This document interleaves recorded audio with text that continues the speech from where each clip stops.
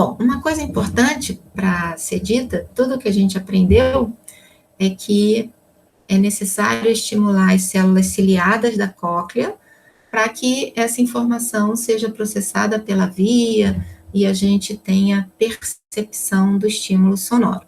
Só que a cóclea, a gente viu que ela pode ser estimulada por via aérea, através dessas zonas de compressão e rarefação que batem no tímpano e articulam os ossículos. Mas a cóclea também pode ser estimulada pela condução óssea, ou seja, qualquer objeto que vibre e que encoste no osso temporal pode transmitir essa vibração diretamente à cóclea e dessa forma estimular as células ciliadas igualzinho, da mesma forma que a condução aérea estimularia. Então, existem duas formas de estimular a cóclea, ou pela condução aérea ou pela condução óssea. A gente poderia se perguntar qual delas é a mais fidedigna? E eu diria que é a condução óssea, porque na condução aérea eu preciso ter um canal auditivo permeável, o tímpano tem que estar íntegro, os ossículos têm que estar articulados e, finalmente, eles têm que ter força suficiente para bater na janela oval da cóclea. Com a condução óssea, eu elimino tudo que está aqui. Então, quando eu testo somente a condução óssea, é como se eu estivesse testando diretamente a cóclea, porque eu não preciso de nada antes da cóclea para que aquelas células ciliadas sejam estimuladas. Então, a condução do som através do osso é a razão pela qual achamos nossa voz estranha em gravações de vídeo, pois quando a ouvimos desse modo, ela é transmitida apenas pelo ar.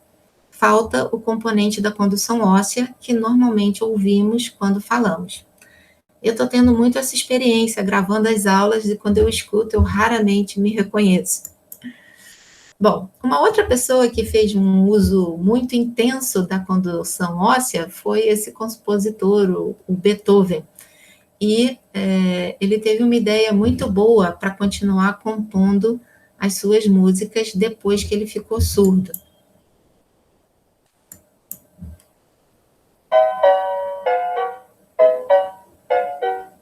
Did you know that Beethoven lost his hearing as he got older?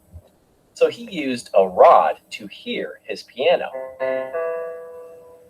The sound vibrations from the piano traveled down the rod, through the bones in his head, and into his ear. Clever, huh? In fact...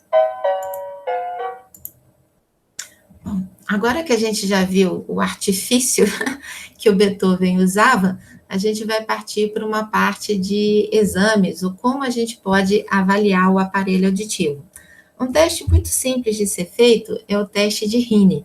Então, nesse teste, a gente usa um diapasão e, ao vibrar esse diapasão, o médico encosta a ponta do diapasão, essa base do diapasão, no osso temporal atrás da orelha do paciente. Então, quando a gente faz isso, o que a gente está testando? A gente está testando a condução óssea da audição, porque a vibração do diapasão ela é propagada através do osso temporal até a cóclea. Então, quando eu encosto o diapasão, esse paciente diz que escuta alguma coisa. Quando esse paciente diz que escuta alguma coisa, o próximo passo do exame é trazer o diapasão, essas são as partes do diapasão que vibram, e eu trago esse diapasão para frente da orelha do paciente. Se essas partes continuam vibrando, elas estão produzindo um som, e esse som agora vai ser captado por essa orelha pela condução aérea. Então, um teste de Rini avalia a condução óssea e avalia a condução aérea. O que eu posso imaginar? Se esse paciente escutou por condução óssea, é provável que ele escute por condução aérea. Mas, se ele não escutar por condução aérea, é porque existe algum problema antes da cóclea.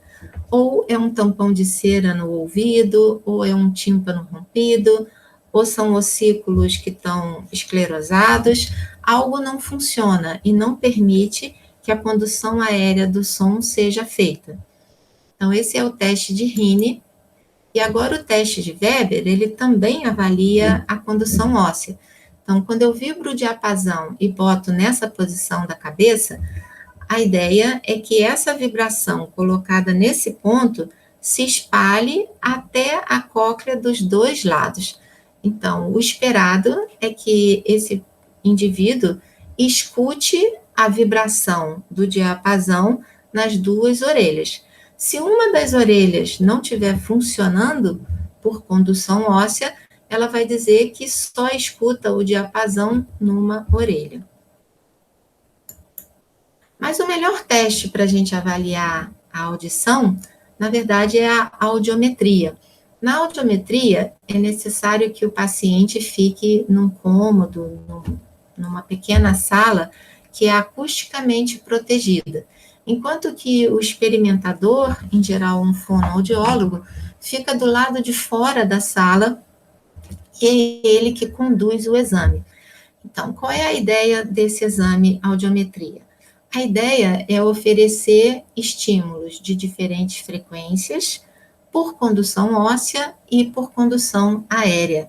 Então, eu sempre inicio o teste começando pela condução óssea. Então, eu preciso colocar um aparelhinho que, encostado no osso temporal, transmite a esse indivíduo, a esse paciente, ondas sonoras, né, de diferentes frequências.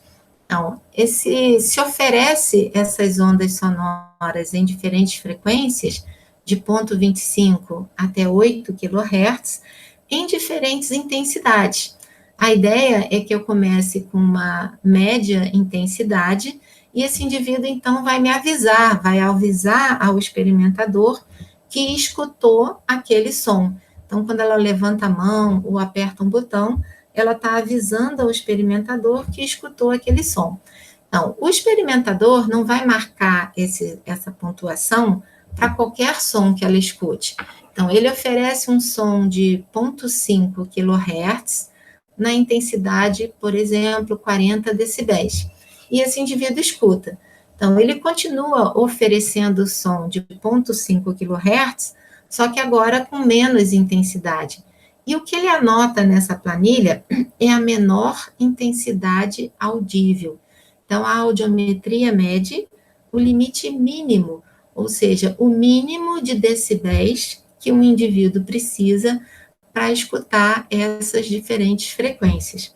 Então, existem os símbolos para via aérea e os símbolos da via óssea, e nessa audiometria a gente observa que esses símbolos estão sobrepostos.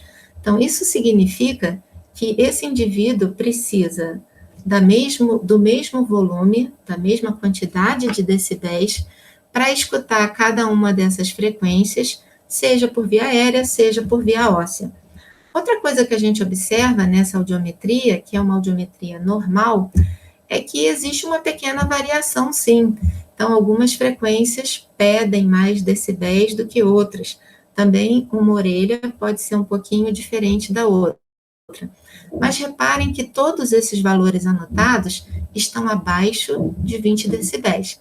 Então, o normal é que os indivíduos necessitem de até 20 decibéis para escutar qualquer uma das frequências oferecidas na audiometria, seja por via aérea, seja por via óssea. Bom, comparado com a audiometria que a gente acabou de ver, essa nova audiometria contém algum problema, né? E vamos começar analisando. Então, a primeira coisa que se observa é que tanto a curva óssea quanto a curva aérea estão sobrepostas. Então, se condução aérea é igual à condução óssea, significa que eu não tenho nenhum problema no canal auditivo, no tímpano, nem nos ossículos. Eu não tenho nenhum problema com a condução do som até a cóclea. Mas parece que a cóclea tem um problema, né? Porque todos os valores anotados estão acima de 20 decibéis. E isso é muito acentuado para as frequências maiores, ou seja, nas altas frequências, esse indivíduo precisa de muito volume para escutar esse som. Então, isso é uma audiometria típica de presbiacusia, com o passar do tempo, com a idade, os indivíduos tendem a ter uma lesão das células ciliadas. É uma lesão irreversível. Então, essas células ciliadas, elas começam a morrer e isso acomete principalmente a base da cóclea. Então, essa é uma lesão progressiva que se inicia na base da cóclea e vai atingindo o trajeto todo, né? Mas isso dá para fazer uma correlação com a idade. Então, aqui a gente tem a curva óssea de um indivíduo de 20 anos, aqui a curva de um indivíduo de 40 anos, e observe que com 60 anos, a frequência de 8 kHz já está bastante afetada. Então, os indivíduos mais velhos precisam de um maior volume de som para as altas frequências.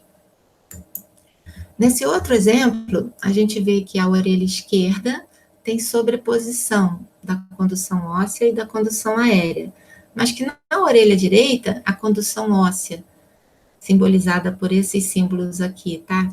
Estão todos abaixo de 20 decibéis, enquanto que a condução aérea, representada por essa linha aqui, está toda acima, né? Precisa de mais do que 20 decibéis para ser audível. E isso é muito intenso nas baixas frequências. Então, nesse caso, quando a gente tem esse outro exemplo, né? Aqui a gente tem a curva óssea e aqui a curva aérea. Quando a gente tem a separação da curva óssea para a curva aérea, significa que existe algum problema na condução aérea do som.